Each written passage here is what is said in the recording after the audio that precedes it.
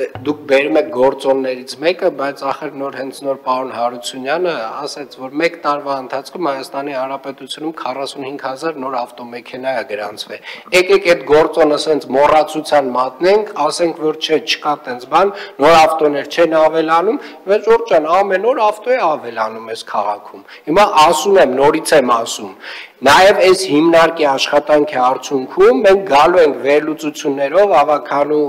նիստին ներկայացնենք տարատեսակ ավտոմեքենաների համար սահմանափակումներ։ Էլի այս ամբիոնի մոտ ես պատկերացնում եմ ինչ հարցադրումներ են լինելու,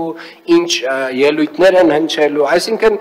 սա ռացիոնալ խոսակցություն չի, էլի։ Սա տենց տրամաբանական խոսակցություն չի։ Ասում եք կարմիր գծերը թանկացրել եք, բախի պրոբկեքը չեն նվազել։ 10 տարվա ընթացքում 45,000 նոր ավտո է մտնում այս երկիր։